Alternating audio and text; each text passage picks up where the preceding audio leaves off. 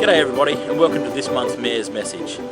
As we've seen over the last few months, there's not a whole lot of stuff coming through on the council meetings at the moment because we're just handing down our budget, working out where our finances are and what decisions we need to make moving forward into the future. So a bit of a quick one today, but then we've got a bit of a special that we want you to stay on the line and have a bit of a listen to. One of the things that was passed at the last council meeting was this Derwent Valley Willow Court Prospectus document. So this document is an advocacy document, and basically it's an advocacy document for all the partners that we've now got in the Willow Court space, so the Agrarian Kitchen, the Norfolk Rum Distillery, Salamanca and Derwent Valley Arts. So they can go away, talk to politicians, talk to levels of government and try and get some funding to see those projects to fruition. So that's a really exciting document, and you can check it out. It's not very thick, but it is a very interesting document, and you can check it out on our website whenever you want. A couple of other things that we've been doing in the Derwent Valley recently, and you'll see next week, have a look down at Tynwald Park, we are opening our new playground, so that's very exciting. So everybody will be able to get down there and enjoy the new playground down there at Tynwald Park. Our crews have obviously been out having a really good time, tidying up and getting ready. Spring is upon us, so it's beautiful here today at Circle Street. Seen some pruning here at Circle Street last week, and also some pruning of the roses. So they'll come out beautifully shortly. They'll start to sort of come through. We're also doing our giveaway of the rose pruning soon, so watch out for that on our Facebook and our website, where Sandra, our gardener, will be giving some free cuttings of all our roses away. The thing that I was excited about is we're going to launch a series of videos and chats with our local businesses in High Street and around the Derwent Valley, and it's around COVID and the responses to COVID and how we've come through COVID and what businesses are doing to counteract the COVID measures and things that have been put in place. So one thing on that will be the Connecting Derwent Valley website has just been launched, and Facebook page, and that's the old business directory, so the online business directory. So people have really got hold of that and are doing a really good job. So check the Connecting Derwent Valley website and Facebook page out for more information on that. So what we're going to do as council is we're going to go and have a bit of a chat to a few people about COVID stories and how COVID's affected them, and what you can do to support them in these tough times moving forward. So we're just going to head down. We're going to head down to number 10 today and see Wendy, and we're going to have her story as the first one in a series of a few over the next few weeks. So again, follow us down the street, follow us around the valley over the next few weeks, and give some support to our businesses that are doing it a little bit tough.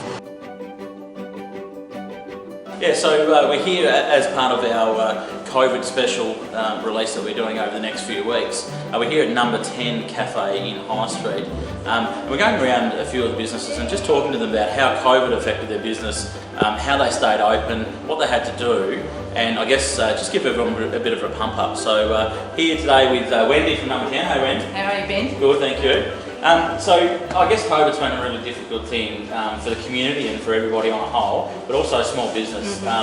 I guess what's been the feeling? You've got through COVID okay, you've been one of the places that haven't had to shut down. How have you had to do that, and what have you had to put in place? Well, when COVID initially started and we were only allowed to do takeaways, I think it was for about 6 to 8 weeks, we were only allowed to do takeaways. We still offered full menu for takeaway, and that worked really well. And several nights a week we also decided we would shut at, I think it was 2 o'clock, and just prepare and reopen again at 5. And we would do takeaways again for dinner. We did curries with rice and everything else that was on the menu we catered for, and that was received really well. Yeah, so you really had to adapt from your normal day's trading and coffee, and that was just, that was to cover loss of trade and those types of things, and also help the community because there was lack of food options as well. That's right, we're offering another service apart, because there wasn't much of a night to choose from a night time, because a lot of the places had to shut down, they weren't allowed to serve. Yeah. So we did that, and it was received very well. I mean, we would advertise that that's what we were going to do, and most of the nights that we did it, we had sold out of a lot of the curries before we even opened the door. Yeah. Because people would ring up, put orders in, do Facebook and put orders in. So you had to let your customers see that what you were actually doing as well. So everything had to be sanitised, wiped down, and I haven't had sugar or salt and pepper or anything, Yeah. or menus on the tables, because it just makes things a little bit easier, like for sanitising one. Everything's been spaced out where it's supposed to be. I can seat 24 people in here, and at the moment we're at 15. Right. So, and so how's the support been from the local community? I know I'm talking to lots of people at the moment. How have you found support from the locals and also other people from, I guess, in Tasmania, because we're a touristy town essentially, but I mean, I know you've got a strong local backing, but how's it been in general? It's been fantastic. Things were a little bit slow to start with, but once we have picked up again and having more people in here, we have been extraordinarily busy.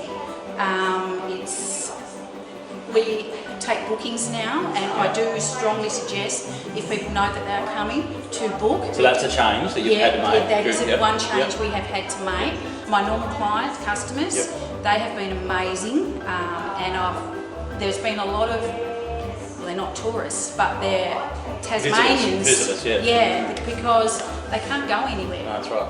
Okay, you can't leave the state, you can't go on holiday, especially with the last winter school holidays. Yes. We were exceptionally busy. It was insane. Yeah. Initially it was tough, but we got through it, and the support of the locals and people on the outside of the town has been absolutely amazing, and everyone that has supported us, I just want to say thank you. It's been great.